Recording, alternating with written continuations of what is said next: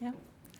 Bueno, buenas tardes, bienvenidos y bienvenidas a todas a este nuevo ciclo de la nueva era de la física fundamental. Es un placer estar de nuevo aquí y bueno, estas son las primeras charlas que inician este ciclo de este año, que organizan el Instituto de Física Teórica junto con la Residencia. Y bueno, en primer lugar me gustaría dar gracias, como siempre, a la Residencia por cedernos este sitio fantástico. Nos encanta venir aquí y estamos muy contentos de poder organizar los ciclos de charlas aquí y daros las gracias también a todos y todas vosotras por haber venido a las charlas. Es un placer ver que la sala está llena. Bueno, os voy a presentar a la conferenciante de la primera charla, Beatriz Gatto. Beatriz es una investigadora del Instituto de Física Fundamental. Bueno, espera un poquito. Sí. Es investigadora en el Instituto de Física Fundamental, aquí en el CSIC, en el campus de Serrano. Y ella es una experta en física de partículas y ha trabajado en aspectos matemáticos de la física de partículas, como por ejemplo la supergravedad o la teoría de supercuerdas, de las que habréis oído a lo mejor hablar. Y además es un placer tenerla con nosotros y queremos agradecerle que haya aceptado la invitación del Instituto de Física Teórica para dar esta charla, porque ha tenido un tremendo éxito como divulgadora. No sé si lo sabéis, pero tiene un libro precisamente sobre el tema del que va a hablar hoy durante la charla, sobre la antimateria, que se ha publicado en la editorial del CSIC, la editorial ¿Qué sabemos de? Y además el libro también se ha traducido al inglés, ampliado creo, no es una traducción, está ampliado y está publicado por Springer. Y además en 2021 ha recibido el premio de la Real Sociedad Española de Física y también del BBVA por el mejor artículo de divulgación científica publicada en la revista de la BBVA, precisamente sobre este mismo tema, la antimateria, sobre el que nos va a ilustrar en la conferencia de hoy. Entonces, bueno, sin más, os dejo con Beatriz, espero que disfrutéis mucho la charla, y nos va a hablar de una parte muy misteriosa del universo, que incluye la materia oscura, la energía oscura, y bueno, muchas cosas más que nos va a contar durante la charla. Os dejo con ella y bueno, espero que lo disfrutéis mucho. Gracias. Muchas gracias.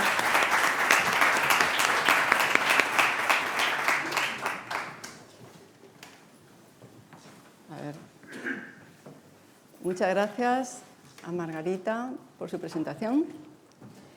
Vamos a ver, lo primero, ¿se escucha bien? ¿Sí? ¿Se puede escuchar bien? Vale, muchas gracias. Bueno, pues voy a hablar de la antimateria, de la materia oscura y de la energía oscura, que para mí constituyen el lado exótico y misterioso del universo. Vamos a ver. Bien. Primero, explicaré en qué consisten, es decir, cuáles son sus características principales. Después, entraré un poco en detalle, digamos, con la materia oscura y la energía oscura, y a partir del punto 4, a partir del punto 4 ya me centraré totalmente en la antimateria. Bueno, pues, ¿en qué consisten? Si tuviéramos que describir en pocas palabras lo más importante de la antimateria, la materia oscura y la energía oscura, pues podríamos decir lo siguiente. La antimateria es el reverso de la materia ordinaria, es decir, la materia que forma el mundo que nos rodea, los líquidos, los sólidos y los gases del mundo que conocemos. Además, se aniquila, la antimateria se aniquila con la materia ordinaria, lo cual es una gran fuente de inspiración para los autores de ciencia ficción. Seguro que muchos de ustedes han oído hablar de la aniquilación materia-antimateria, porque hay incluso en películas, en novelas, etc. Y bueno, el caso es que la antimateria contribuye muy poco a la materia total del universo, porque la antimateria es un tipo de materia, hay que decir, y contribuye muy poco a la materia total del universo y a su densidad de energía, o sea, solamente contribuye pues, con un 0,0001%, o sea, que es casi despreciable su contribución. De la materia oscura hay que decir lo siguiente, para empezar, es una hipótesis. Es una hipótesis para explicar los campos gravitatorios de origen invisible que abundan en el universo. Es decir, se detectan esos campos gravitatorios, pero no se ve qué los origina. Entonces se supone que hay una materia que realmente no es oscura, es invisible, pero se la llama oscura por motivos históricos y desafortunadamente pues, es un error porque confunde mucho el llamar oscura a algo que es invisible, que es totalmente transparente e incoloro. Bueno, el caso es que la materia oscura domina la materia total del universo, contribuye con un 85% a la materia total y contribuye también un 27% a la densidad de energía del universo. Hay que decir que todo lo que existe, absolutamente todo, contribuye a la energía, ya sea materia, ya sea radiación o sea energía de otros tipos. Bien, la energía oscura, por su lado, es el nombre que se le dio a la causa desconocida que produce la aceleración de la expansión del universo. La aceleración de la expansión del universo se descubrió en 1998 y dejó muy desconcertados a la mayoría de los científicos que nos importa este tema, digamos, incluida yo. ¿Por qué? Pues porque esperábamos que la expansión del universo se fuera frenando. ¿Por qué se esperaba que fuera frenándose? Pues por la atracción gravitatoria entre los cuerpos, entre los astros, ¿no? Porque, de hecho, la expansión del universo se conoce desde hace casi 100 años, o sea, se conoce hace muchos años la expansión del universo, pero, como digo, se esperaba que se iba frenando y fue una gran sorpresa al descubrir que no es así, no solo no se está frenando, sino que se está acelerando. Bueno, pues el caso es que esta energía oscura, aunque no sepamos lo que es, pero domina la densidad de energía del universo, la domina con una contribución de un 68%. Y claro, no contribuye a la materia nada porque no es materia. En este gráfico vemos las contribuciones de la materia ordinaria, la materia oscura, la energía oscura, a la materia total del universo y a la densidad de energía del universo. Bien, como decíamos, la materia oscura, que está aquí representado, perdón. A ver, ¿qué ha pasado? Es que no hay un puntero, no funciona. No. Bueno, o me parece a mí que no funciona. Sí funciona. Sí. Bueno, pues no, perdón. Resulta que sí funciona el puntero. Bueno, pues aquí está. La materia oscura, que está representada en negro, como he dicho, domina totalmente la materia total del universo. La energía oscura, por su lado, domina totalmente la energía del universo, la densidad de energía del universo. Luego, la antimateria, no, está, pero es que no se puede ver, es tan poco, es tan pequeñita, que habría que amplificar muchísimo estos diagramas para poderla ver. O sea, que es verdad que está, porque la hicimos con ordenador, o sea, está, pero no se ve. Bueno, y la radiación le pasa lo mismo, La radiación, los fotones, tampoco se ve, también tiene una contribución muy pequeña, la radiación. Bueno, pues resulta que los pedazos que hay en amarillo y naranja corresponden a la materia ordinaria, su contribución. Pues bien, vemos que contribuye un 15% a la materia total del universo y de este 15%, 5% corresponde a la materia que emite radiación visible, luz. Es decir, galaxias, estrellas y galaxias. Y el otro 10% contribuye a grandes nubes de gas y polvo que no emiten en el visible, pero emiten en otras frecuencias del espectro electromagnético. Por ejemplo, ondas de radio, rayos X, infrarrojos, etc. Y por cierto, que esto parece ser que se dice mucho en la divulgación, que vemos que la contribución de la materia ordinaria a la energía del universo es solo un 5%. Por eso hay frases que se oyen diciendo ¡ay, solo conocemos el 5% del universo! A eso se refieren. A mí esas frases no me gustan, tengo que decirlo, pero se refieren a esto. O sea que la materia que conocemos, el tipo de materia, solo contribuye un 5% a la densidad de energía del universo. Bueno, pues ahora vamos a hablar un poco más de la materia oscura. Bueno, en el universo parece existir mucha más materia que la que se observa a juzgar por los campos gravitatorios que se detectan. Es decir, se detectan unos campos gravitatorios cuya intensidad es mucho mayor que la producida por los objetos que se ven. ¿Qué se ven? Pues la galaxia, las estrellas, las nubes de gas y polvo. Y al decir ver o observar, significa no solo en la luz visible, significa en todo el espectro electromagnético. Pues bien, este tipo de materia es transparente, no oscura. Y de hecho es incolora, o sea, es invisible a todos efectos. Es como un cristal de una ventana ordinaria, un cristal ordinario que esté muy limpio. Pues así, lo mismo en la materia oscura. Bueno, y una característica muy curiosa es que forma unos halos esféricos enormes alrededor de las galaxias espirales. Bueno, está en todas partes la materia oscura, no solo ahí, pero quiero decir que esto es una característica muy peculiar y muy curiosa. Bueno, pues resulta que la materia oscura se ha propuesto en varias ocasiones y por diferentes motivos, o sea, para resolver, digamos, diferentes enigmas. El primero que se sepa, el primero que la propuso fue Lord Kelvin, a final del siglo XIX.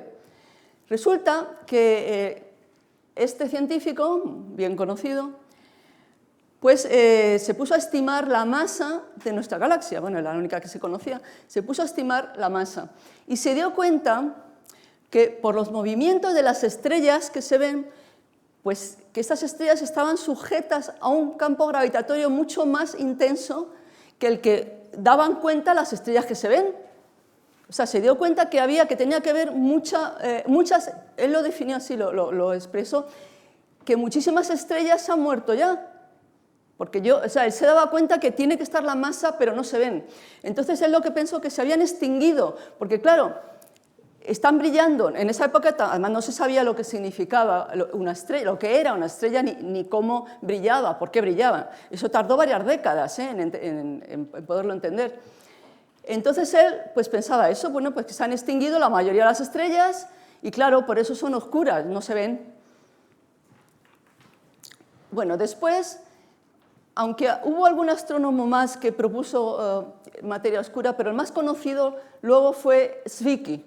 En 1933, Zwicky, que era un astrofísico muy prominente, bueno, pues propuso la materia oscura para explicar las altas velocidades de las galaxias en algunos cúmulos galácticos, o sea, son agrupaciones de galaxias. Se dio cuenta que se movían con mucha velocidad algunas de esas galaxias y dijo, bueno, es que los cúmulos se tendrían que deshacer, y las galaxias irse cada una por su lado. Dice, entonces que tiene que haber algo, una materia que no vemos, pero que está ahí y la retiene, y por eso no se escapan, por eso no se deshacen los cúmulos, ¿no? Pues bien, Zwicky no le hicieron caso en esto, en otras cosas sí, pero en este tema de la materia oscura no le hicieron ningún caso, y por cierto, fue él el que le puso el nombre realmente de materia oscura. Bueno, se lo puso en alemán, pero da igual, traducido a español es materia oscura. Bueno, el caso es que nadie le hizo caso, pero en absoluto, y más de 40 años después llegaron Vera Rubin y Kent Ford, o sea, en 1975 volvieron a la carga, volvieron a proponer la existencia de una materia que no vemos, pero que está ahí, pero que no sé qué. ¿Y por qué? Porque en este caso lo que estudiaban eran las velocidades de las estrellas en las galaxias espirales. O sea, las galaxias espirales tienen los brazos y están rotando. Entonces están ahí las estrellas. Entonces se dieron cuenta que sobre todo las partes más periféricas de las galaxias espirales, las partes más periféricas, se dieron cuenta pues, que las estrellas iban a mucha velocidad. Entonces, claro, la pregunta, bueno, si van a tanta velocidad, ¿por qué no se salen por la tangente, no? ¿Por qué? Como pasó aquí con lo del tren Alvia, ¿no? Claro, porque van a mucha velocidad, se salió, bueno, pues por eso. Entonces decidieron que es que tenía que haber una materia, o sea, pues eso, la materia oscura, una materia que no se ve, pero que está ahí. Y haciendo cálculos, además, es cuando se dieron cuenta que esta materia formaba halos enormes. Y dentro del halo enorme estaba la galaxia, el disco galáctico. Bueno, esto es una representación de nuestra Vía Láctea, tal como se vería desde el exterior. Esta representación se ha hecho usando datos astronómicos, o sea que es bastante buena, bastante de fiar. Vemos que nuestra galaxia es un buen ejemplo de galaxia espiral. Entonces tenemos un núcleo, el núcleo de nuestra galaxia no es esférico, es un poquito barrado, es como una barrita, y por aquí pues andamos nosotros, el sistema solar, anda por esta zona. Bueno, pues aquí es una representación de un halo esférico de estos de materia oscura. Bueno, lo hemos puesto en verde y dentro tiene el disco galáctico, la galaxia espiral. Fíjense una cosa, si la materia oscura de verdad fuera oscura, no se vería la galaxia que está dentro, o muy poco, si fuera oscura. Es que no es que es totalmente transparente, totalmente transparente.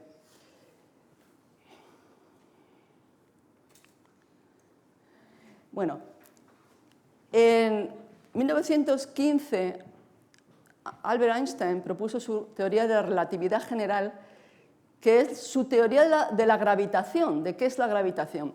Y de esta teoría se desprende que la luz, o sea, no solo las masas, sino también la luz y otras cosas, notan la gravitación. Esto quiere decir pues, que la luz, la trayectoria de la luz también que curva cuando encuentra campos gravitatorios, ¿no? Se va curvando por la atracción gravitatoria, igual que los cuerpos de materia. Y esto crea unas curvaturas que a veces se pueden ver muy bien, por ejemplo, en este cúmulo de galaxias, Abell 370. Este cúmulo se encontraba a 5.000 millones de años de distancia cuando emitió la luz.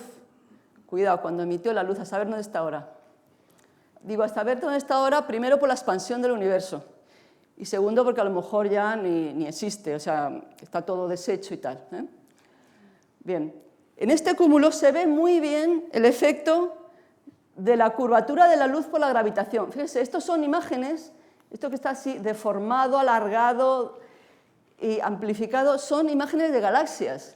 Y es que están así de deformadas, algunas parecen hilitos, están así precisamente por la gravitación, por cómo curva la luz la gravitación. Bueno, pues este es otro ejemplo donde se ve que el efecto de la materia oscura. ¿Por qué? Pues porque cuando hacen los científicos, cuando estudian con mucho cuidado estas imágenes, se dan cuenta de que estas curvaturas son muchísimo más grandes de las que correspondería si la gravitación la produjeran solo los objetos que vemos. Es decir, vemos los objetos y entonces saben qué gravitación tiene que producir y qué gravitación significa qué curvaturas y qué deformaciones. Bueno, pues es que encuentran que lo que se ve es mucho más. Luego, otra vez, es que tiene que haber materia oscura, porque la curvatura es mucho más fuerte que la que tendría que producir los objetos que se observan, ¿no? Que están ahí. Bueno, ¿sobre qué podría ser la materia oscura? Vamos a ver, sabemos que un pequeño porcentaje de la materia oscura son neutrinos, pero muy poco, como 2%. Y también hay una pequeña porción que se le llama materia oscura bariónica, porque son cuerpos astronómicos pequeños, pero de materia normal, o sea, como planetas, enanas marrones, agujeros negros pequeños. Y lo que ocurre es que como es tan débil la radiación que emiten, pues no se puede, o sea, a todo efecto, pues como si fueran invisibles porque no se ve nada, ¿no? Bueno, entonces la incógnita es en qué consiste más del 90% de la materia oscura, a lo mejor el 95%, ¿en qué es? Y esa realmente, de hecho, cuando hablamos los científicos de materia oscura estamos pensando en esa, precisamente, en la que no sabemos lo que es. No estamos pensando en los neutrinos, ni estamos pensando... Bueno, pues se consideran muchos candidatos. Por ejemplo, dentro de la física de partículas se postulan diferentes partículas por diferentes motivos que son muy técnicos de la física de partículas, y algunas de ellas podrían también, si existieran, claro, si existieran, podrían también ser buenos candidatos para la materia oscura. O sea, que podrían jugar el papel de materia oscura. Por ejemplo, los axiones y los neutralinos, que no voy a explicar lo que son. Bueno, y también, desde hace sobre todo 2 años, está muy en boga ahora proponer que gran parte de la materia oscura, o prácticamente toda, son agujeros negros primordiales. ¿Esto qué significa? Que se formaron antes de que al principio, o sea, en los primeros instantes del universo, en los comienzos. Por tanto, muchísimo antes de que existieran los átomos. Eso significa que esos agujeros negros primordiales no tienen nada que ver con estrellas, con el colapso de estrellas, ¿no? Porque se formaron mucho antes de que existieran los átomos. Y bueno, como digo, desde hace 2 o 3 años está muy en boga también esta hipótesis, ¿no? De que la materia oscura fueran agujeros negros primordiales. Pero, y esta es la que más me gusta a mí, esta hipótesis, es que la materia oscura podría también ser materia de otros universos, separados del nuestro a lo largo de otra dimensión del espacio, una cuarta dimensión del espacio. De tal manera que a través de esa dimensión pues, podría haber universos, pues, digamos, universos paralelos unos de otros. Entonces, si la materia de cada universo está confinada, pues bien, no tenemos aquí que nos caiga materia a otros universos, ¿no? Está confinada en sus universos, pero la idea es que la gravitación sí se puede transmitir por la cuarta dimensión, o sea, se puede propagar la gravitación. Entonces, claro, en cada universo notarían campos gravitatorios de los vecinos, de los universos vecinos. Y eso a mí es esta hipótesis estuvo mucho en boga hace 20, 30 años. Entre hace 20 y 30 años hubo muchos artículos que se escribieron sobre esto, los brain wars, lo decimos bueno, los físicos, ¿no? Que hablamos en inglés, porque en inglés es nuestro idioma. Le llamamos los brain wars, pues estuvo mucho de boga. Y a mí, pues, aunque se haya pasado la moda, me sigue siendo mi favorita. Bueno, también, y esto es muy importante, es que hay propuestas de muchos grupos de que la relatividad general, que es bueno, la teoría que se está usando, la teoría de la gravitación que se está usando para hacer los cálculos, pues a lo mejor no es una buena teoría a grandes distancias. Y entonces lo que pasa es que los cálculos que hace la gente están mal, porque claro, están usando una teoría que es incorrecta. Entonces, claro, dicen, no, es que a lo mejor ni existe la materia oscura ni la necesidad de que exista. No existe, lo que pasa es que los cálculos están mal.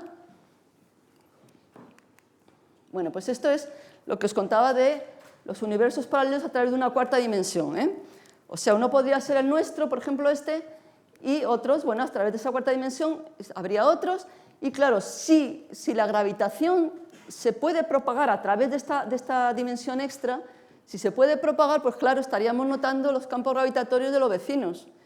Entonces, claro, no sería de extrañar que la materia oscura fuera invisible. Claro, como que no estaría en nuestro universo, estaría en los otros universos, no en el nuestro.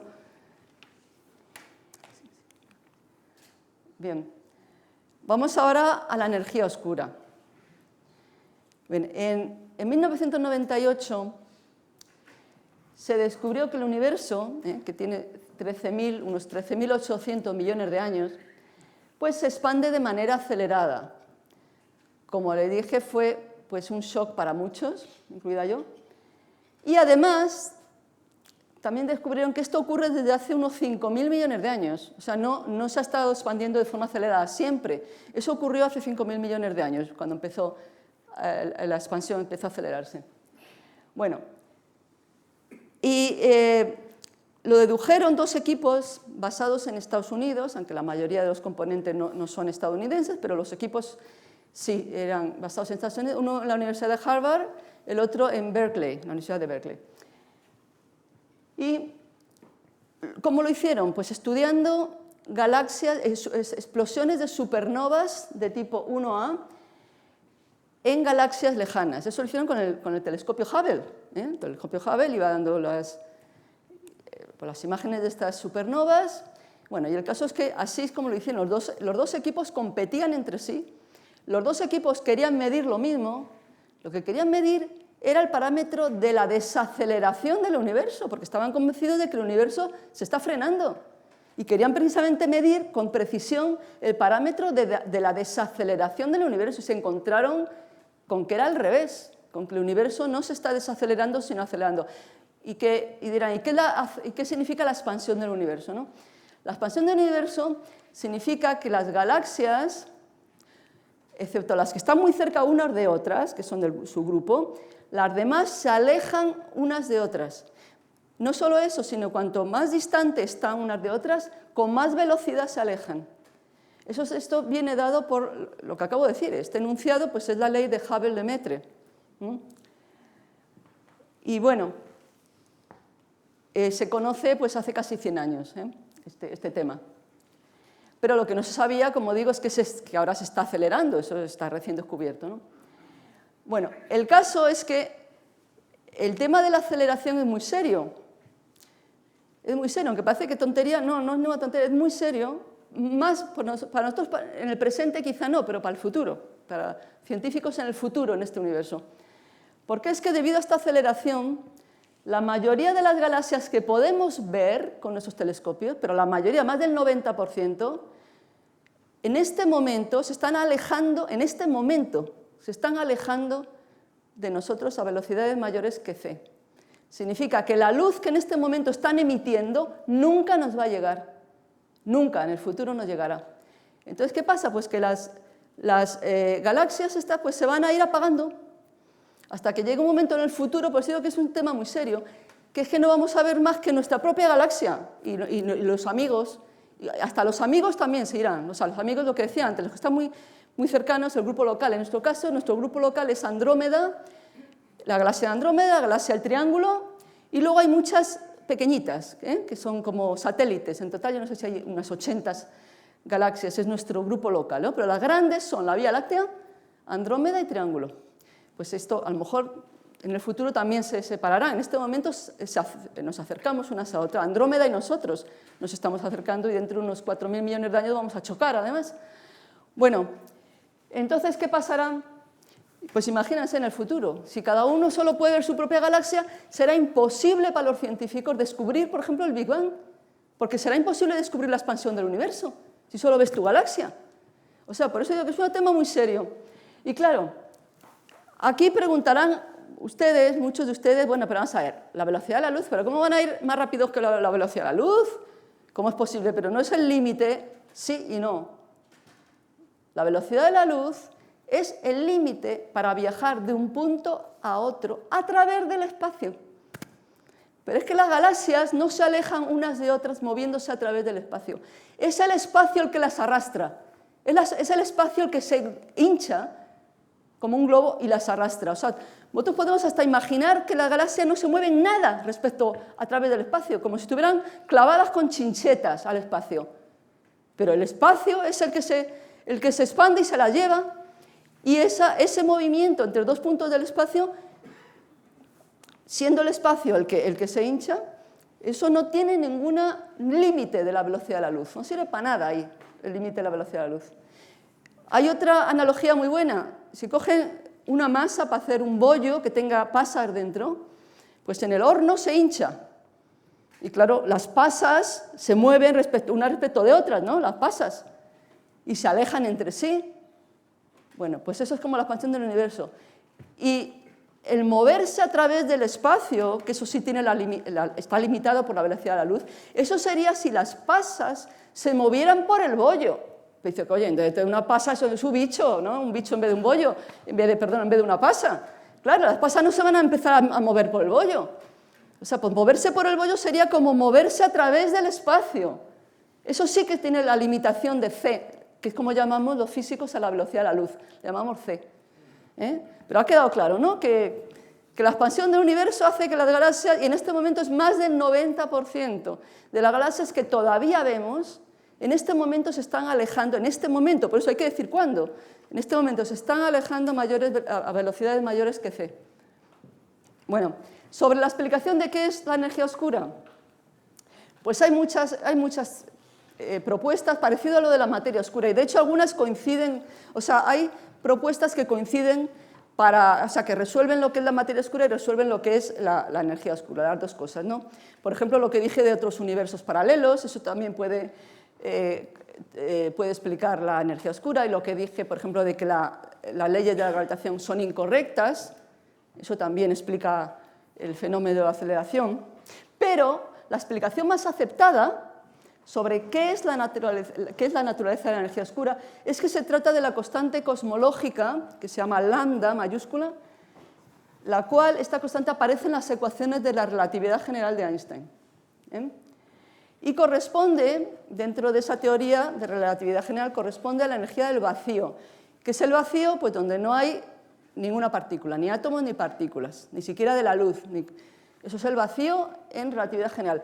En física de partículas el vacío es más divertido porque está lleno de campos cuánticos, todo lleno. Llena todo el universo, los campos cuánticos. Sus excitaciones son las partículas elementales, de hecho. Bien, pues ahora ya nos vamos a centrar en la antimateria. Entonces, ¿por qué decimos que la antimateria es el reverso de la materia? Bueno, pues para entenderlo hay que descender al mundo de las partículas elementales. Y desde ahí decimos que la materia es el reverso, la antimateria es el reverso de la materia porque las partículas y sus antipartículas tienen propiedades opuestas, como pasa con un espejo, ¿no? Al revés. Bien.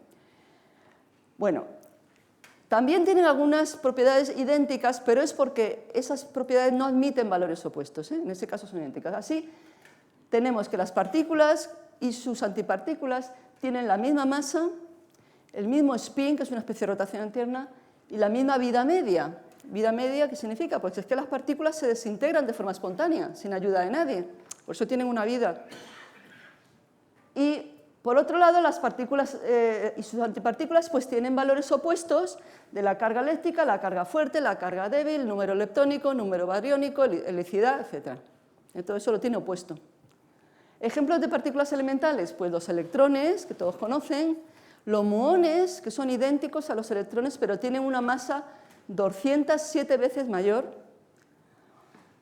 Luego los neutrinos, que habrán oído hablar de que son partículas como muy fantasmagóricas, porque casi no interaccionan con nada, es muy difícil de detectar, que atraviesan la Tierra sin enterarse. Tal. Los quarks son las partículas que forman los núcleos de los átomos, porque son las partículas que forman a los protones y a los neutrones.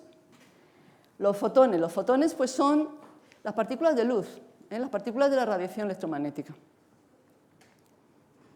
Bueno, resulta que todas las partículas tienen antipartículas, excepto que en algunos casos coinciden, o sea, no es que no la tengan, sino que coinciden consigo mismas, ¿no? Este es el caso de los fotones, las partículas de luz, del bosón de Higgs y de alguna más. Bien, la aniquilación materia-antimateria es el proceso más energético que existe en el universo. Y de hecho, si un gramo de antimateria se aniquilase con un gramo de materia, se produciría una explosión pues casi 3 veces la de la bomba de Hiroshima, la bomba atómica de Hiroshima. Bueno, ¿y en qué consiste la aniquilación materia-antimateria? Bueno, pues que consiste en que las correspondientes partículas pues, digamos, chocan, colisionan y desaparecen, pero desaparecen produciendo algo, no pueden desaparecer y que no haya nada. Si el encuentro entre partícula y su antipartícula se produce a bajas velocidades, y decimos bajas energías, entonces lo que se produce al aniquilarse son fotones, luz. O sea, por eso, es que la luz, muchas personas le llaman pura energía, bueno, yo le llamo luz, yo le llamo fotones. En la mayoría de los físicos decimos fotones, no decimos pura energía, pero bueno, que eso está en nuestra cultura, ¿no? Muchas personas le llaman así. Pues sí, se aniquilan y dan pura energía pura, que no tienen masa, los fotones no tienen masa. Pero si la partícula y antipartícula colisionan a altas energías, ya a grandes velocidades, ocurre como en cualquier colisión de partículas a grandes velocidades, ocurre lo mismo. ¿Y qué es lo que ocurre? Pues que se crean también otras partículas que tienen masa.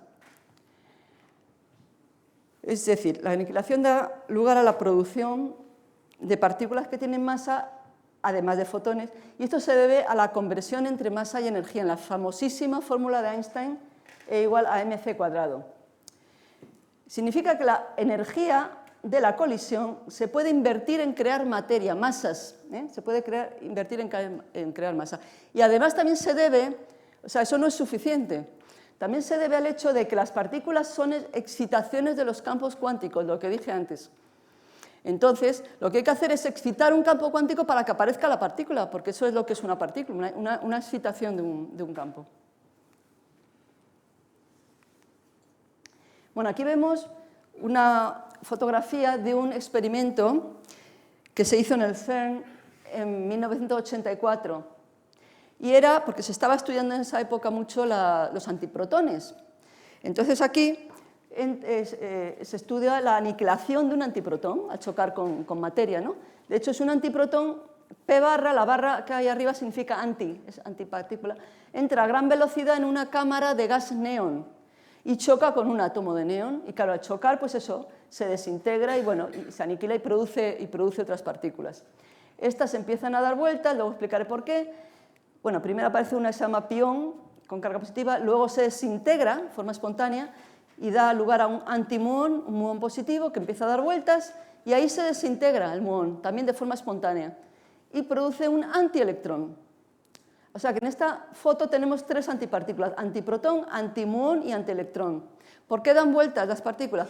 Bueno, pues porque en este dispositivo experimental hay un campo magnético, precisamente para que las partículas con carga empiecen a dar vueltas, empiecen a girar. Y dependiendo del sentido del giro, ahí se puede ver si tienen carga positiva o negativa. Y otra cosa es que el hecho de que sean partículas cargadas es lo que hace que puedan formar estas estelas. Porque tal como es el gas neón, bueno, tal como es la sustancia, ¿no?, que hay aquí, que es gas neón, pues con alguna cosa más pues produce este efecto de las estelas, como los aviones, ¿no?, a veces dejando estelas en la atmósfera. Esto significa que si hay partículas aquí que no tienen carga eléctrica, no se ven, ni giran ni se ven. Y además, pero sí se puede inferir su existencia perfectamente. Estos picos son muy sospechosos, simplemente por conservación de la energía y conservación del momento angular. O sea, no puede ser que aparezca un pico ahí y no haya nada. O sea, aquí han tenido que salir fotones y o neutrinos, seguro, que claro, no se ven porque no tienen carga eléctrica, y aquí lo mismo. Bueno, existen tres fuentes de antimateria accesibles para nosotros. Las cascadas de rayos cósmicos en la atmósfera, las colisiones en los aceleradores de partículas y algunas sustancias radiactivas que emiten antielectrones. Los antielectrones se les llama positrones. Por ejemplo, los isótopos de sodio 22, que es artificial, se hace en el laboratorio, y el isótopo del potasio 40, que como saben es natural y además es muy abundante en la naturaleza. Bueno, el isótopo de potasio 40, ¿qué ha pasado? Cielos, ¿qué ha pasado? Oye, espérate, ¿cómo se pone esto otra vez? Sí, no sé cómo ha pasado esto. A ver, ¿habrá que dar el F5 o algo así? Es que fíjate qué cosa más rara, ¿no? Ay, espérate, a lo mejor es que le he dado. Y sí, vete para atrás. Es que no sé qué ha pasado. Bueno. Vale, y ahora a ver si... Es que no sé, esto es un poco inestable, a mí me parece Eso. Bien, decía que el potasio 40, que abunda mucho en la naturaleza, tiene tres formas de radiación. Emite los electrones, que se llama radiación beta, luego fotones de alta energía, radiación gamma, y también emite antielectrones, que se llama radiación beta más, se llama así.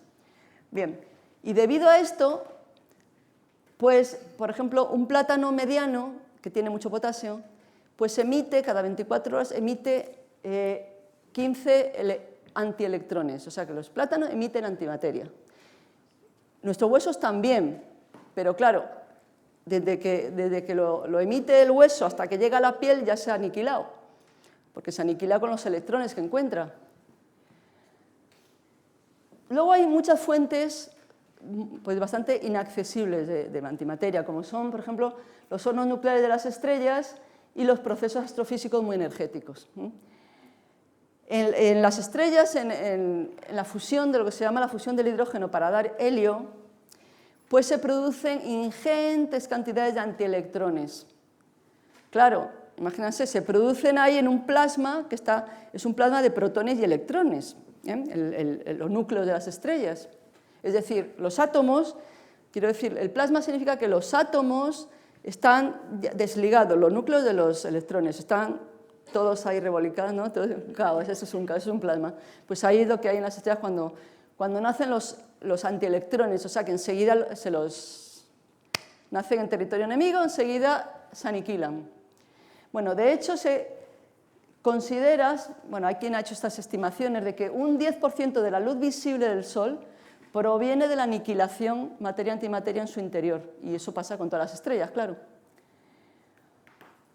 Por otro lado, hay que destacar entre los procesos astrofísicos que producen mucha antimateria, que son pues casi todos, pues hay que destacar mucho la vecindad, lo que ocurre en la vecindad de agujeros negros muy masivos, que se producen muchísima antimateria también, bueno, antielectrones y antiprotones.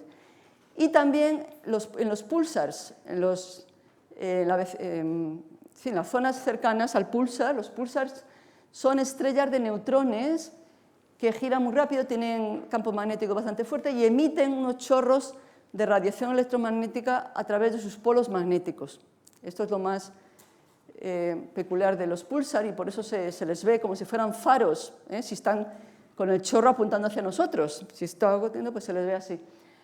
Esos chorros lo que emiten más que nada es radiación de ondas de radio, sobre todo. Ondas de radio es lo que emiten, sobre todo los pulsars. Aquí tenemos el pulsar Geminga, que fue muy difícil además de detectar porque no emite los chorros en nuestra dirección. Y al no emitirla nunca se le vio como que era un pulsar. Pero resulta que es que tiene muchísimos, en esta zona ecuatorial, ahí produce muchísimos antielectrones. Los produce en pares, o sea, lo que es el par partícula-antipartícula, en pares. Pero vamos, se ha hecho famoso por esto, por la cantidad de antimateria que crea el pulsar este. Y eso que son, los pulsars miden como 20 kilómetros de diámetro, ¿no? O sea, que son como Madrid, vamos, o sea, no es más grande que eso. Pero bueno, dicen que emite tal cantidad de antielectrones que puede dar, bueno, que puede explicar muchas cosas sobre enigmas que hay por ahí. Vamos a ver, ¿cómo se forma una cascada de rayos cósmicos, una cascada de radiación secundaria? Pues es cuando una partícula que proviene del exterior choca en la atmósfera. Entonces, esta partícula se la llama el rayo cósmico primario, se le llama así. Bueno, entonces al chocar, ¿verdad?, con un átomo, pues si tiene una energía alta, pues produce partículas, por lo que he explicado antes.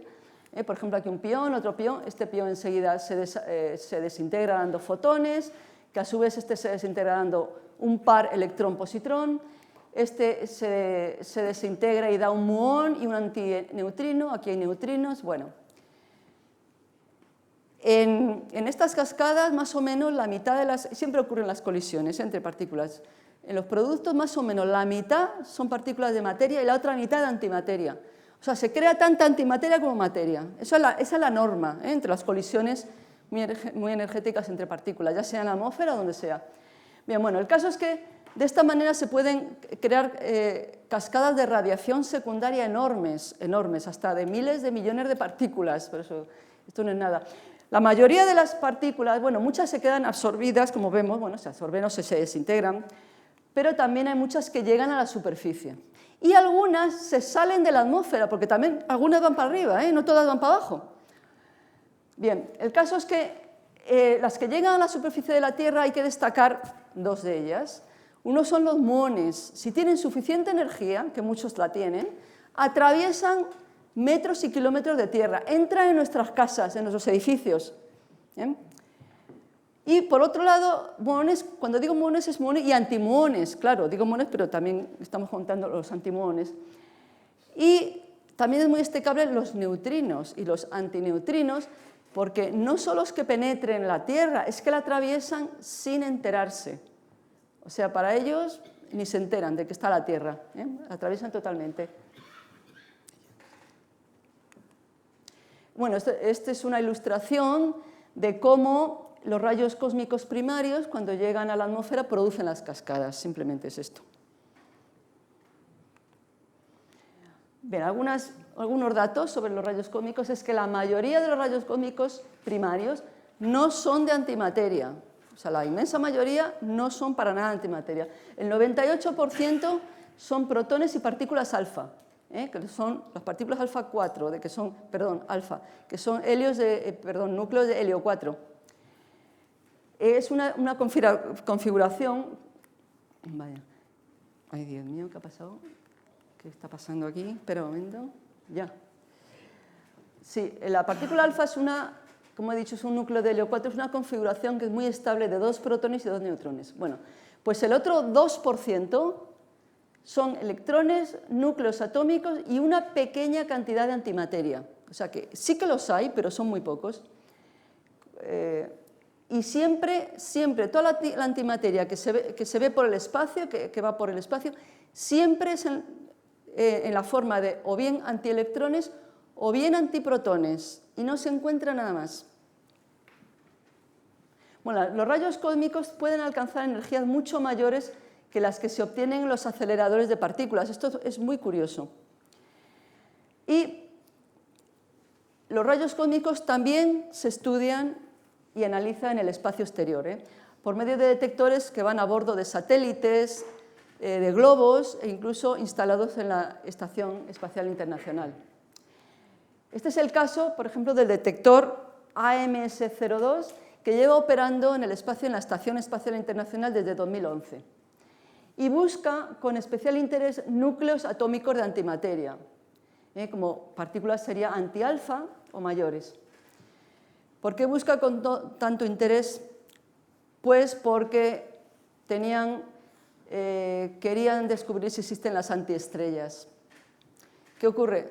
Pues que si descubren núcleos atómicos mayores que la del antihelio, e incluso el antihelio, dicen muchos, sería la prueba de que existen antiestrellas, porque es que no se podrían formar en ningún otro sitio. El antihelio sí se podría, pero dicen que es muy difícil. Bueno, cuando los que lo han creado aquí en la Tierra, en laboratorios, dicen que es tan difícil que... En fin. Pero bueno, que ese es el plan secreto, ¿no? Ese es el tema. Y de momento no han detectado nada más que antielectrones y antiprotones, nada más. Hay candidatos, dicen, a núcleos de helio 3, que son 2 protones y un neutrón, candidatos, pero ahí está la cosa. Bueno, pues aquí está el espectrómetro magnético alfa, que es como se llama este detector, AMS2, y lo vemos, está aquí aquí está instalado en la Estación Espacial. Bueno, respecto a la antimateria, quien sí ha hecho un descubrimiento importante fue el detector Pamela, que es como un cubilete de jugar al rodados, aquí, y que estuvo operando entre 2006 y 2016 a bordo de este satélite, un satélite ruso, Resur DK1. Bueno, pues el caso es que Pamela, este detector, descubrió en 2011 un subcinturón de antiprotones en el cinturón interior de Van Allen. Ahora explico lo que es esto. Bueno, estos son los cinturones de radiación de Van Allen, que lo descubrió este señor, Van Allen, hace ya bastante tiempo, me parece que en los años 50 o así, no me acuerdo bien. Bueno, pues estos cinturones están creados por el propio campo magnético terrestre al atrapar partículas cargadas. Entonces las atrapan y se quedan ahí moviéndose a grandes velocidades entre el polo norte magnético y el polo sur magnético. Entonces no solo se mueven a grandes velocidades entre los polos magnéticos, sino que es que además van haciendo tirabuzones, debido a que los campos magnéticos hacen que las partículas con carga giren. ¿Bien? Bueno, el caso es que estos cinturones son zonas muy radiactivas y no son buenos sitios, por ejemplo, para hacer un paseíto espacial, o sea, te pueden agujerear el traje totalmente, ¿no? El caso es que Pamela, como decimos, descubrió que en este cinturón interior, está el interior y está el exterior. Bueno, es una simplificación porque realmente hay más. Bueno, pues descubrió que en el interior había también un cinturón de antiprotones, muy cerca del de protones, y el exterior es de electrones. ¿Y sabéis por qué? Además se esperaba, los estudiosos esperaban que tenía que haber también un cinturón de antiprotones. ¿Por qué? Antes, cuando vimos lo de las cascadas, lo dije, la mayoría de las partículas bajan tal y cual, pero algunas suben para arriba. Pues eso es, suben para arriba y las atrapa el campo magnético. Y eso es lo que son los antiprotones y los protones que están ahí atrapados. Muchos de ellos vienen por las cascadas. Bueno, voy a decir solo 2 palabras sobre los aceleradores de partículas, donde también se producen muchas partículas y antipartículas, mitad y mitad. Bueno, pues son instrumentos que utilizan campos eléctricos para acelerar partículas que tienen carga eléctrica, porque si no, no se pueden acelerar. Y las aceleran hasta velocidades casi como c. C es como llamamos los físicos a la velocidad de la luz. Bueno. Y los aceleradores también usan campos magnéticos, las usan para confinar a las partículas en finos haces antes de hacerlas colisionar y también para curvar sus trayectorias en el caso en que los aceleradores sean curvos. Pues bien, una vez se alcanzan las altas velocidades, cercanas a c, se hace colisionar a las partículas dentro de los detectores. En esos puntos se rodean con detectores y en esos puntos de choque se les hace chocar. Puede ser que choquen contra blancos fijos, que suelen ser de metal, o siempre son de metal, no sé muy bien, o que las hagan colisionar unas contra otras, de frente. Y después de hacerlas colisionar, pues claro, se analizan los resultados, ¿no?, en los detectores. Esta es una vista aérea del complejo de aceleradores del, vamos a ver, se llama Laboratorio Nacional Fermi, bueno, en inglés, es Fermi National Laboratory. Está en Estados Unidos, bastante cerca de Chicago, unos 60 kilómetros, y es conocido como Fermilab. Bien. Bueno, pues el anillo que se ve aquí en segundo plano es el túnel donde estaba el Tevatron. Fue el acelerador más potente del mundo durante muchos años, entre 1983 y 2011. Y hacía colisionar, por eso lo muestro, es que hacía colisionar protones contra antiprotones. Y debido a esto, tenían que tener allí en Fermilab una factoría de antiprotones pues bastante puesta, claro, porque tenían que estar suministrando continuamente antiprotones al Tevatron.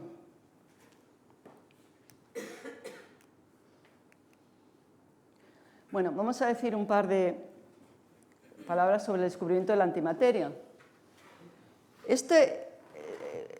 Antes dije que los muones y otras partículas entran por los edificios, ¿no? Bueno, pues debido a esto se descubrió, así fue como se descubrió los antielectrones, que fue la primera antipartícula que se descubrió, el antielectrón. Y fue Carl Anderson, que era un joven investigador, era muy joven, y estaba estudiando los rayos cósmicos, la radiación secundaria cósmica que hemos estado viendo, y la estaba investigando en su laboratorio. Tenía una cámara de niebla, estaba en unos campos magnéticos muy potentes. Y bueno, el caso es que descubrió en 1932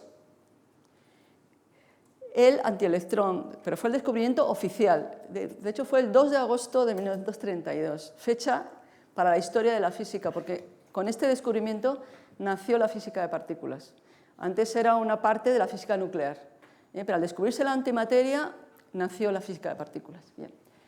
Bueno, pues el caso es que Carl Anderson ya llevaba un año, por eso pongo ahí, que ya en 1931, había fotografiado trazas, en su cámara veía trazas de antielectrones. O sea, él además lo notaba, decía, si es que parecen electrones, pero giran al revés.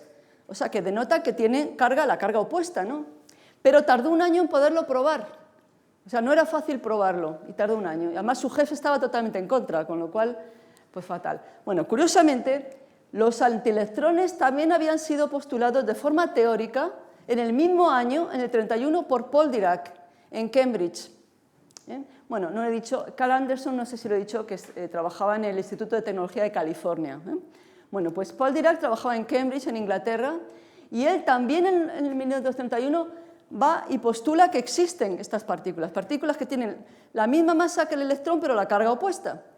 Y esto lo hizo para interpretar las soluciones de energía negativa de su famosísima ecuación, es muy famosa, la ecuación de Dirac, que él la escribió y la publicó 3 años antes, en 1928, y es la ecuación que describe el comportamiento de los electrones que se mueven a grandes velocidades.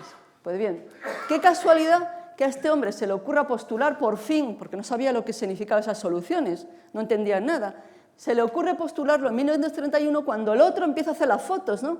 Y además entre ellos ni se conocen, vamos, es que pasaban totalmente el uno del otro, o sea, no tenían interés ninguno en el trabajo que hacía el otro.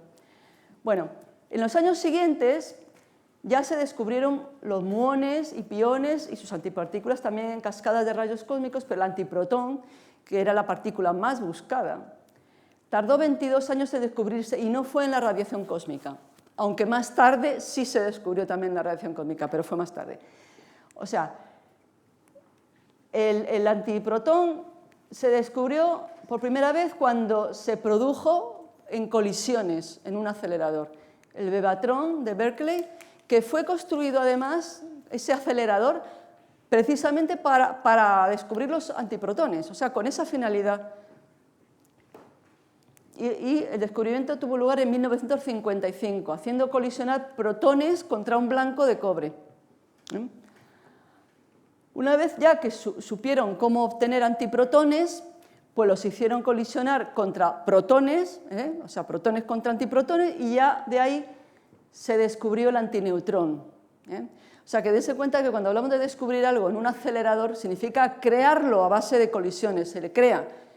Ya lo dije antes, los campos cuánticos, que están por todas partes, tú tienes que excitar el campo cuántico y aparece la partícula. Bueno, aquí están Carl Anderson, Paul Dirac y la estela del positrón. Esta fue la foto del 2 de agosto de 1932. Con esta foto se descubrió la antimateria y empezó la física de partículas, o sea que esto es realmente para la historia. Ellos dos eran muy jovencitos, tenían menos de 30 años, los dos. Y como dije antes, pasaban ampliamente el uno del otro, porque no les interesaba a ninguno lo que hacía el otro. Esta es una foto del Bevatron, de Estados Unidos, en California, que como dije, se construyó con la finalidad de producir el antiprotón. Bien, esto fue en 1955, 20 años después, se descubrieron los antiprotones también en la radiación cósmica, o sea, en detectores que iban en globos, eso sí. Bueno, vamos a decir algo sobre los experimentos que se hacen en el CERN con átomos de antimateria. Es que el CERN es el único laboratorio del mundo donde se han hecho experimentos con antiátomos. Crear antiátomos, porque primero hay que crearlos, también crearon unos poquitos en Fermilab, pero solo hicieron un poco por jugar, por ver que...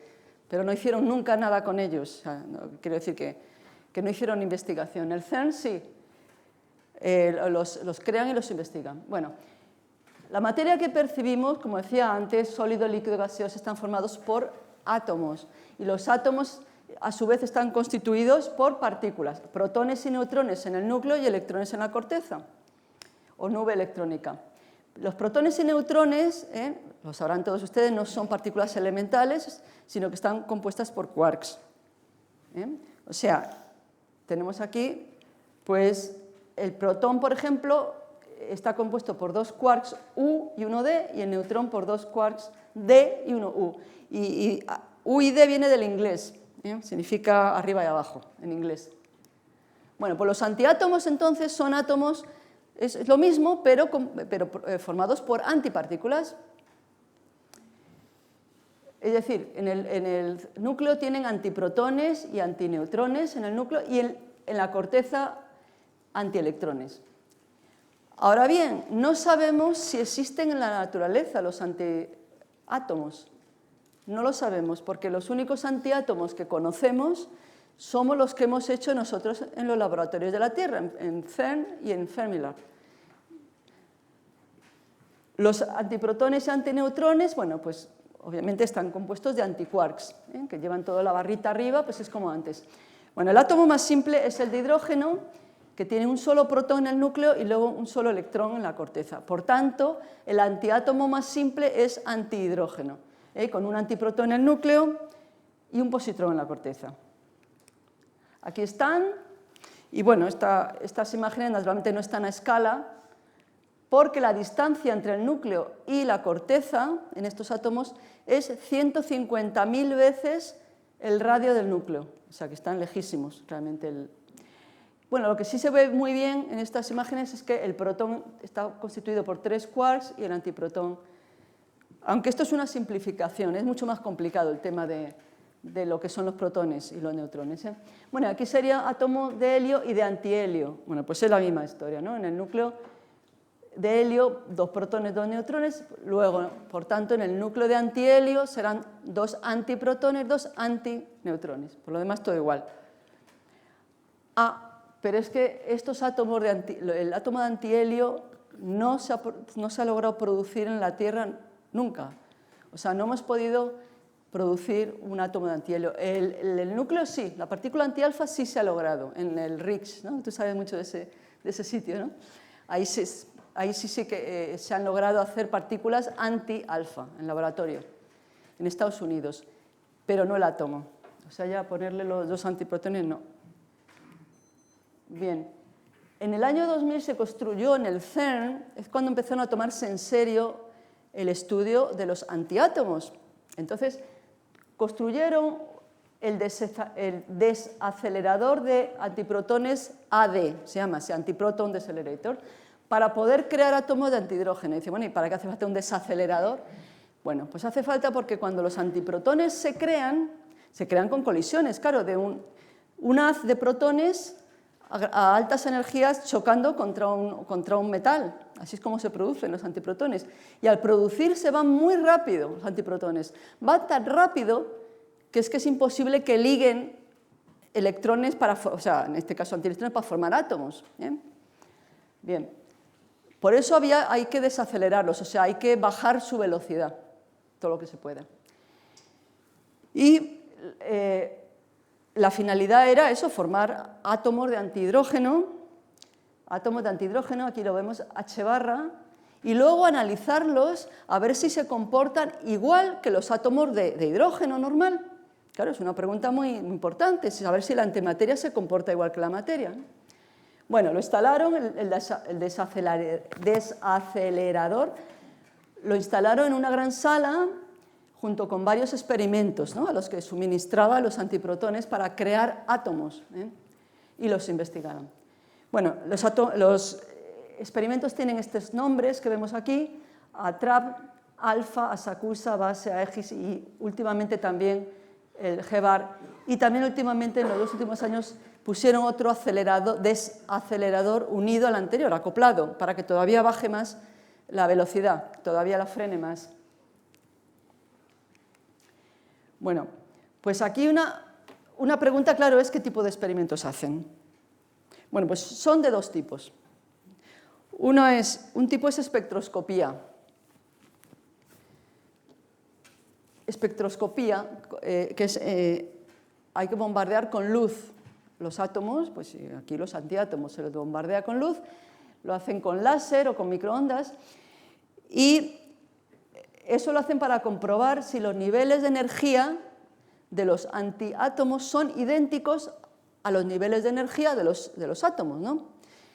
Cuando se bombardean los átomos con luz, primero se ve qué luz absorben, qué luz cogen, y luego emiten, luego después vuelve a emitir un fotón el átomo, y se ve qué fotón emite. Y entonces cuando se ve, viendo qué fotones absorben, y que son, se llama las frecuencias resonantes, viendo qué absorben y luego qué emiten, se ve que tienen exactamente los mismos niveles de energía. De momento han visto ya bastante, sobre todo el experimento alfa. Bueno, lo que ven es que los niveles de energía del átomo de hidrógeno y del átomo de antihidrógeno son idénticos. Ahí no encuentran nada. Curiosamente, el experimento Asakusa, este experimento, esta colaboración, que hay muchísimos japoneses, crea e investiga helio antiprotónico para hacer también experimentos de espectroscopía, también para lo mismo. Pero aquí no para compararlo con nada, porque esto es un engendro que se inventan ellos. Es que cogen a un átomo de helio, le quitan un electrón y ponen un antiprotón, que como claro, también tiene carga negativa, el antiprotón pues encuentra su sitio ahí. Y por eso digo, es para jugar, pero bueno. Y crean así atómculas, porque es que resulta que son híbridos en 2 sentidos estos objetos. Híbridos en cuanto que tienen materia y antimateria, pero es que además son átomos y moléculas al mismo tiempo, porque resulta que un antiprotón es un núcleo también de un átomo, es un núcleo de un antiátomo. Luego tienen el núcleo del helio y el núcleo del antiátomo, o sea, por eso es una mezcla entre es un átomo y una molécula a la vez, ¿no? Bueno, el otro tipo de experimentos, aparte de espectroscopía, es los experimentos con la gravedad. Se intenta dilucidar si los átomos de antihidrógeno caen en el campo gravitatorio terrestre con la misma aceleración de la gravedad que los átomos ordinarios, ¿no? Bueno, no solo los átomos ordinarios, que toda la materia, porque toda la materia, sean átomos o sea grande o pequeño, todo cae con la misma aceleración. Es la universalidad de la caída libre, ¿no? Bueno, pues en esto los que están implicados son estos experimentos, Alpha, Aegis y Llevar, y hace un par de meses vino en los periódicos que Alpha ha conseguido por fin, después de más de 10 años de intentarlo, por fin ha intentado ver que los átomos de hidrógeno caen.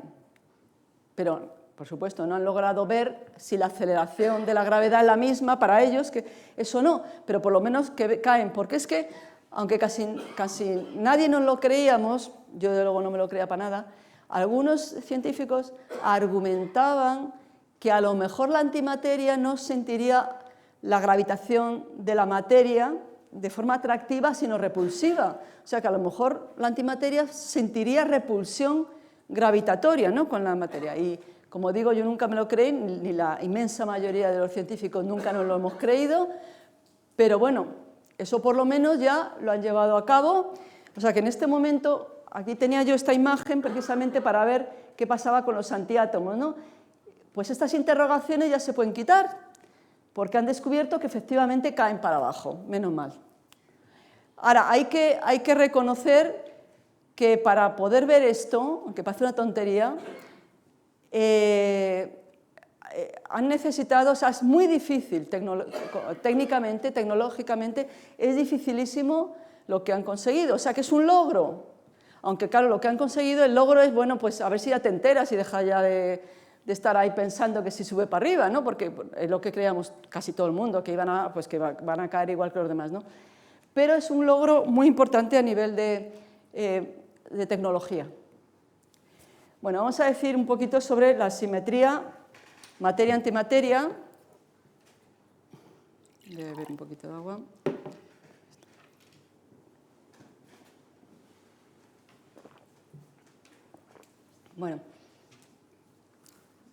Bueno, nuestro universo comenzó su andadura hace unos 13.800 millones de años, a partir de esta expansión súbita y tremenda del espacio, ¿no?, que se llamó, bueno, es del espacio-tiempo, pero yo prefiero decir simplemente el espacio. Y bueno, que es lo que llamamos el Big Bang.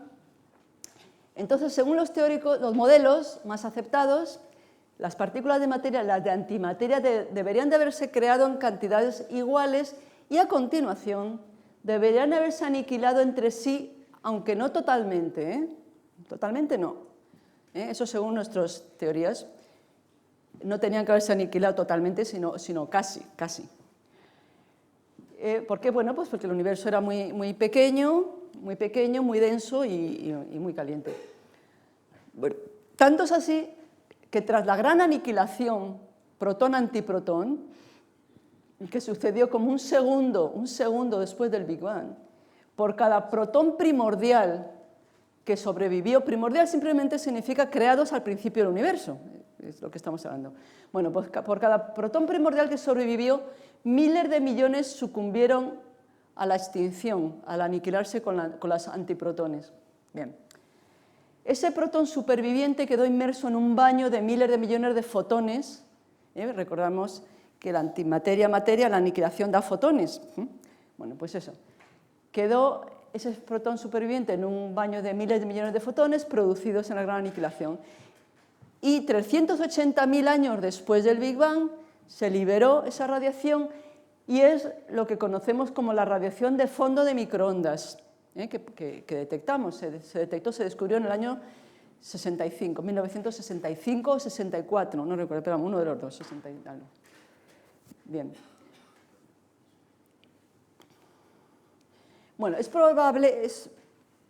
bastante probable que la antimateria primordial desapareciera en su práctica totalidad. Y la que existe es secundaria, es decir, se crea en procesos radiactivos, en colisiones de partículas, en procesos astrofísicos, etc. Ahora, ¿cuál es el problema de la simetría materia-antimateria? Pues no es por qué desapareció la antimateria, como a veces viene en el sitio y dice, ¿por qué desapareció el enigma de que desapareció? Que no, que eso no es. No, no.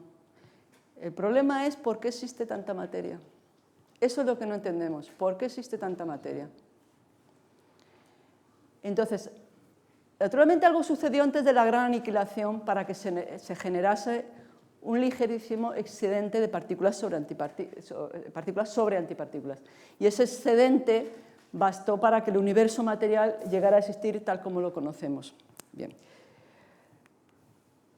Y hay un asunto, y es que de hecho las partículas y las antipartículas, esto se conoce desde el año 1965, y fue una gran sorpresa además, que la sorpresa se llama violación CP. Bueno, pues es que las partículas y las antipartículas no se comportan idénticamente siempre. En algunos casos se desintegran con diferentes ritmos de desintegración en los mismos canales, bueno, canales que son espejo el uno del otro. O sea, donde aquí hay partículas, ahí hay antipartículas, pero son idénticos, ¿no? Bueno, esto ocurre con los mesones K y los mesones de tipo B. Mesones son partículas formadas por un quark y un antiquark. Bueno, pues bien, el caso es que en el modelo estándar, desde que se descubrió esto tan extraño de la violación CP que decía, pues el modelo estándar se desarrolló un poquito más y el propio modelo estándar de la física de partículas predice que en el universo primitivo al principio tuvo que haber un excedente de uno sobre el otro. O sea que nuestro propio modelo estándar predice que efectivamente tuvo que haber un excedente de partículas sobre antipartículas. Ahora, ¿cuál es el problema? El problema es que, según los cálculos, haciendo los cálculos usando nuestro modelo estándar, encontramos que la materia del universo tendría que ser muchísimo menos que la que hay. Por eso, ese es el problema que tenemos en física de partículas, de los problemas más grandes que hay en física de partículas y cosmología. ¿Por qué hay tanta materia? Ese es el problema de la simetría materia-antimateria. O sea que yo creo que ha quedado claro, ¿no? Bueno, de hecho, en el 1967, Andrei Sájarov, que se hizo muy famoso porque era disidente y tal, él propuso 3 condiciones para que los procesos entre las partículas pudieran generar un excedente de materia sobre antimateria. Bueno, pues estas condiciones se cumplieron durante la expansión primaria del universo. De acuerdo con el modelo estándar, es lo que os decía, según el modelo estándar se cumplieron, pero no produjeron la cantidad de materia que se observa en el universo, sino una cantidad, pero muchísimo menor. Ahora viene una pregunta muy interesante, y es si podrían existir estructuras de antimateria, estructuras grandes. No lo sabemos. El caso es que en 1933 Dirac, ya en su discurso cuando le dieron el premio Nobel, ella dijo que no se podrían diferenciar las estrellas de las antiestrellas, a juzgar por la luz que emiten. Más aún, él dijo que a lo mejor la mitad de las estrellas eran antiestrellas, ¿no? Ahora, hoy sabemos que sí se podrían distinguir, porque las estrellas ordinarias emiten neutrinos, mientras que las antiestrellas ordinarias, si existieran, emitirían antineutrinos. O sea, ahí se les podría ver. Pero, bueno, en esa época no se conocía, pero es que además nosotros no tenemos la capacidad tecnológica para distinguir si una estrella emite neutrinos o antineutrinos. Solamente lo podemos ver en el Sol. Y efectivamente el Sol emite neutrinos, o sea que el Sol es de materia. Bueno, pero a pesar de esto, lo que decía Dirac, ¿no? De que no sabía si habría antiestrellas por todos lados, lo que sabemos con toda confianza es que el dominio de la materia sobre la antimateria es aplastante. Lo sabemos debido a las observaciones astronómicas de 2 tipos de radiación difusa de fondo de rayos gamma y de la radiación de fondo de microondas. ¿Y qué ocurre? Pues que estas radiaciones no encuentran fronteras de aniquilación entre materia y antimateria. Luego, si existen dominios de antimateria, tienen que ser pequeños y muy aislados de los dominios de materia. Pero esto no implica que no puedan existir en nuestra propia galaxia estrellas de antimateria, o sea, podrían existir. Bueno, Bueno, entonces la situación actual es que no se puede descartar que haya sobrevivido una pequeñísima cantidad de antimateria primordial en nuestro universo, observable. Quizá un antiprotón pues, por cada millón de protones o menos, como predicen algunos modelos teóricos propuestos pues, por varios grupos de investigación.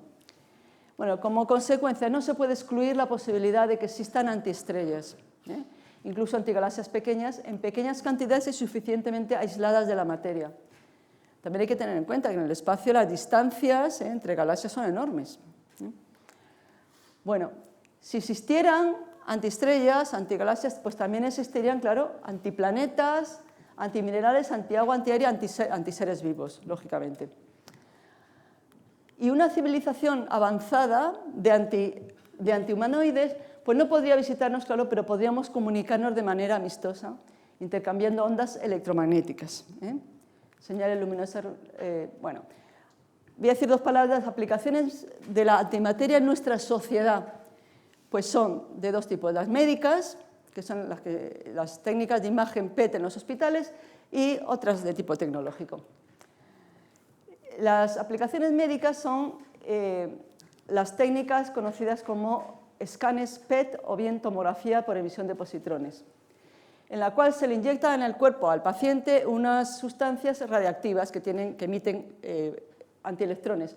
Entonces, cuando se aniquilan estos antielectrones con los electrones del tejido, se emiten dos rayos gamma que van en direcciones opuestas y de una energía exactamente de 511 kiloelectronvoltios, y entonces el aparato, cuando ve que le llega esos fotones, pues se da cuenta de que hay una aniquilación ahí y bueno, iba haciendo una serie de láminas formando una imagen en 3 dimensiones. Aquí vemos una imagen del paciente entrando en el tomógrafo y bueno, pues este escáner puede seguir procesos biológicos como flujo de sangre, metabolismo, crecimiento de tumores, etcétera, ¿no? O sea que se usa para muchas cosas en medicina, para ver la actividad cerebral, etcétera. En el futuro se usarán también antiprotones para los tumores, para irradiar los tumores. Y aquí son imágenes, estas PET indicando demencia. Bueno, en el caso de la tecnología, pues hay muchísimas aplicaciones tecnológicas. La radiación con positrones y también antimuones, en este caso, pues por ejemplo se usa para estudiar materiales semiconductores, materiales también con propiedades interesantes, como ferroelectricidad, superconductividad, etcétera. Y también se usa, pues, por ejemplo, bueno, es que tiene muchísimas aplicaciones, la radiación con antimateria, muchísimas. Por ejemplo, pongo aquí pues, para encontrar defectos en cristales, para ver el interior de algunos materiales, por ejemplo, donde están encerrados residuos radioactivos, pues pueden ver el interior, sondear, etcétera. Bueno, con eso termino y es una pregunta clave. ¿Podemos utilizar la aniquilación materia-antimateria como fuente de energía para las necesidades de nuestra sociedad del mismo modo que usamos la energía nuclear? Pues no. No, ¿por qué? Pues porque con la tecnología actual solo es posible producir cantidades pequeñísimas de antimateria y además a costa de un gigantesco esfuerzo, claro, tanto energético como financiero. O sea, es muy caro hacer antimateria. Para dar un ejemplo, la aniquilación de todos los antiprotones producidos en un año en el CERN, que son 10 billones, 10 a la 13, la aniquilación contra protones suministraría solo la energía necesaria para tener encendida una bombilla de 100 vatios durante 30 segundos. O sea, que se den cuenta de lo que significa esto.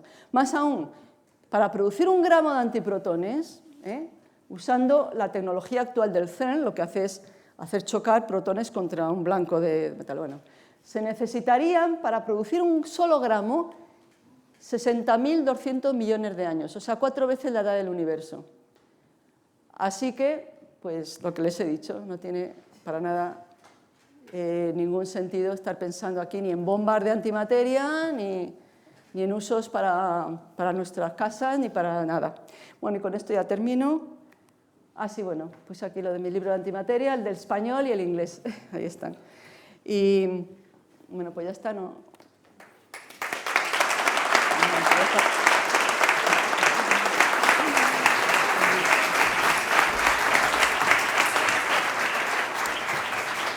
Muchas gracias, Beatriz, por iluminarnos. y demostrarnos que no es tan raro esto de la antimateria después de todo. Sí.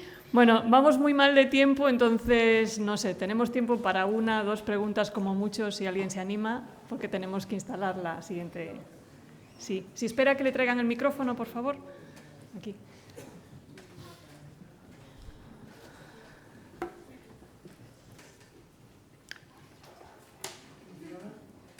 Sí, sí, oigo, sí, le oigo.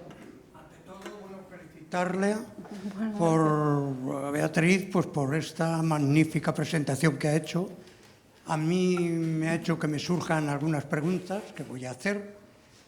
Entre ellas, hablando de materia oscura, se han mencionado los neutrinos como posibles justificantes de la materia oscura. No, no son posibles, son verdad. O sea, los neutrinos son parte de la materia, son materia oscura. Sí, eso se basa en la carencia de masa de los neutrinos y la no interacción con la materia bariónica. No. Entonces, se basa en que tienen masa, para empezar. Si no tuvieran masa, serían parte de la radiación, no de la materia oscura. O sea, tienen masa, pero no es suficiente el que tengan masa. Bueno, vamos a ver, hay 2 cosas. Una, ¿por qué son materia oscura? No es que puedan serlo, es que son, pero es un porcentaje pequeñísimo, un 2%. Son materia oscura porque no absorben ni emiten luz, porque no interaccionan con los fotones. Como ni absorben ni emiten luz, eso es materia oscura. Son invisibles, justo. O sea, son materia oscura. Al menos 2 especies de neutrinos y sus antineutrinos. Y como decía, no es suficiente el que tengan masa, porque al principio del universo, los 3 especies de neutrinos, hay 3 especies, y con sus antineutrinos. Al principio del universo, la primera fase del universo, durante no sé cuántos años, no me acuerdo, pero miles de años, los neutrinos no eran materia oscura, formaban parte de la radiación. Formaban. Pero es un aspecto muy técnico, bueno, que yo de hecho lo explico en mi libro en inglés, ahí lo explico en un sitio, lo explico bien, porque es viendo la energía que tienen. Viendo la energía que tienen, se ve que hoy en día al menos 2 especies de neutrinos, de las 3 que existen, al menos 2 son materia oscura, no son radiación. Pero este es un asunto muy técnico, ¿sabes? Cogiendo las ecuaciones. Es muy curioso, además, es muy curioso. O sea que otra no es cuestión. que puedan, sí. Segunda cuestión. No. Me ha sorprendido, bueno, en el tema de anti, Sí. pues bueno, es que ya parece ser que hay anti de todo, porque si hay de estrellas, habrá... No, hay de si galaxias. hubiera, si no se sabe, no se sabe. Ese Bueno, precisamente es el misterio de la antimateria. El Claro. misterio realmente es si existen antiestrellas, esto es el misterio. Sí, pero, ese es el misterio. Pero me lleva a una suposición. Sí. Si existen galaxias y antigalaxias, Si existieran antigalaxias, que no lo sabemos. Bueno, pero es una hipótesis. Claro, si existieran, Bien. sí. También habría otra hipótesis que podría ser la existencia de anticúmulos, y así llegamos a la hipótesis de un antiuniverso, que también podría existir, que me preocupa más que los paralelos. No, vamos a ver. No, sí, incluso cuando antes puse yo que hubiera otros universos, a lo mejor habría otros universos en los que lo que dominara fuera la antimateria en vez de la materia, claro, podría ser. Como hay solamente 2 preguntas y yo voy a hacer 3, entrego el micrófono. me parece me ha que preocupado el fotón y el antifotón. es decir, el mismo, que pueda fotón. ser que tenga un comportamiento de materia y de antimateria. No, el fotón, si ambos se destruyen. El fotón es uno de los pocos ejemplos que hay de partícula que es antipartícula de sí misma. El fotón y el antifotón es lo mismo. ¿Pero cómo puede ser lo mismo? Sí, muy fácil. Vamos a ver, hemos dicho, las partículas y sus antipartículas tienen 3 propiedades idénticas: la masa, el spin, y las demás las tienen opuestas. Bueno, pues es que el fotón, esas propiedades que tiene opuestas, las tiene todas iguales a 0. Pues el 0 es el opuesto al 0. Como el 0 es el opuesto al 0, pues el fotón es su propia antipartícula. Ya, pero la interacción entre el fotón y el antifotón... Que el antifotón es el fotón, que es lo mismo. Anda, no, un momento. Hemos dicho antes, no se destruyen, hemos dicho, se aniquilan dando lugar a fotones. Sí, un fotón y un antifotón que es un fotón también. O sea, el fotón y el fotón dan lugar a fotones, o si chocan a grandes energías, dan lugar a partículas, lo mismo que los demás, dan lugar a creación de partículas. ¿Sí? Bueno, me temo que tenemos que interrumpir la discusión porque no llegamos a la siguiente charla. Claro. Sugeriría que hablen con Beatriz Sí, si queréis. mientras montamos el ordenador entre ustedes de la siguiente charla. Pero interrumpimos aquí ya la sesión abierta de preguntas. Gracias.